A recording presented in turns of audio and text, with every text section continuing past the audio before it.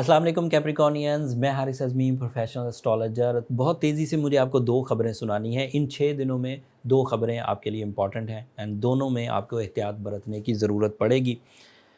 पिछले 10 महीने बल्कि साढ़े 10 महीने आपको प्लैनेटरी पोजीशन अच्छा मिला है, अब भी अच्छा है, कोई उसमें प्रॉब्लम नहीं है, परेशान होने की ज़रूरत नहीं। बट अब आपका सन आपके 12th एंगल पर चला जाएगा 22 नवंबर को एंड 24 नवंबर को मरकरी भी आपके 12th एंगल पर चला जाएगा।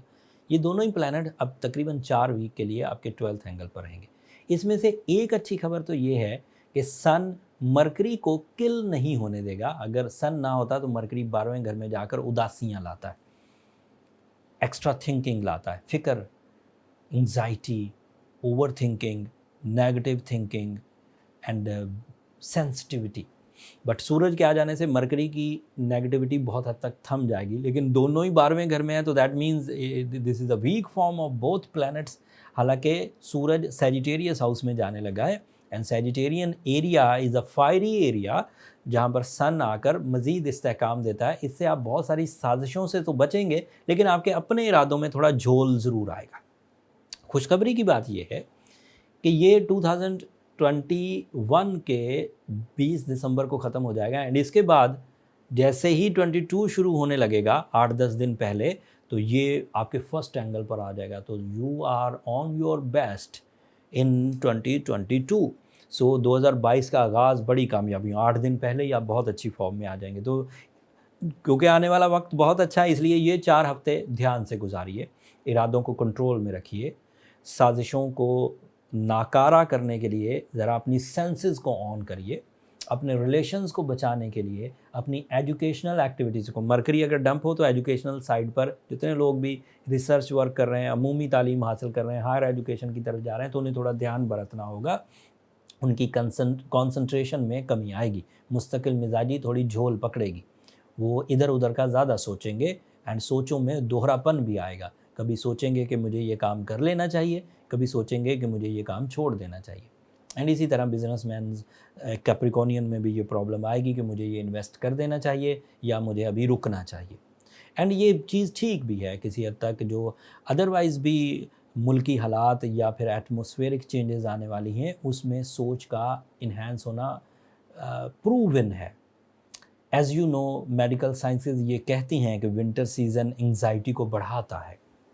लोगों के पास ज़्यादा टाइम होता है सोचने का और वो सोचें उन्हें उलझा दिया करती हैं एंड अनफॉर्चुनेटली सोलर सिस्टम भी उसी तरफ को आने लगा है। सो जो पेशेंट हैं सेंसिटिविटी के, ओवर थिंकिंग के, वो ज़रा ज़्यादा केयरफुल रहें।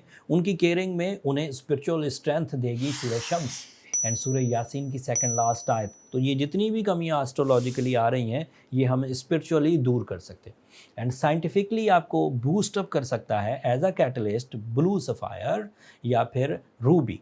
ये 2 ऐसे स्टोन्स हैं जो आपके लिए फ्रेंडली बिहेव के साथ आपकी स्ट्रेंथ को कैटलिस्ट स्किल्स देकर अमल अंगेज करके उसको स्पीड अप कर सकते हैं। तो ये आपके लिए बेनिफिट देगा। ब्लैक कलर को ज़रा अवॉइड करिए।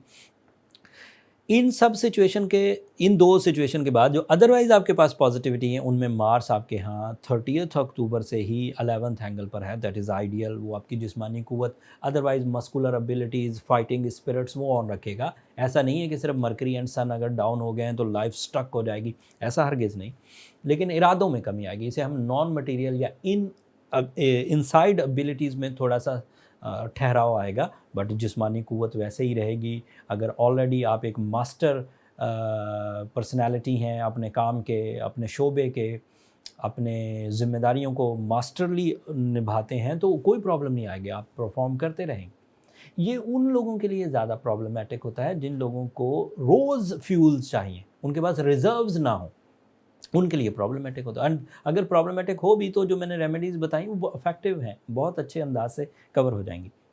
वीनस आपके लिए फर्स्ट एंगल पर है। That is ideal for your love life, that is ideal for proposals. अगर कोई कैप्रिकॉर्न किसी को प्रपोज करना चाहता है तो अच्छी फॉर्म में है। फिर आपका रूलिंग प्लैनेट भी तो बहुत अच्छी फॉर्म में है। आपका सैटर्न इस वक्त आपके सेकंड एंगल पर है। That is angle of money making. जब पावरफुल प्लैनेट, जब आपका रूलिंग प्लैनेट अच्छी फॉर्म में हो तो शॉर्ट टर्म प्लैनेट बहुत प्रॉब्लम नहीं दिया करते, लेकिन एहतियात बरत लेना अच्छा ही रहता है। ये ओवरव्यू था अगले 6 दिनों का। मज़ीद तफसील अगले हफ्ते बयान करूँगा।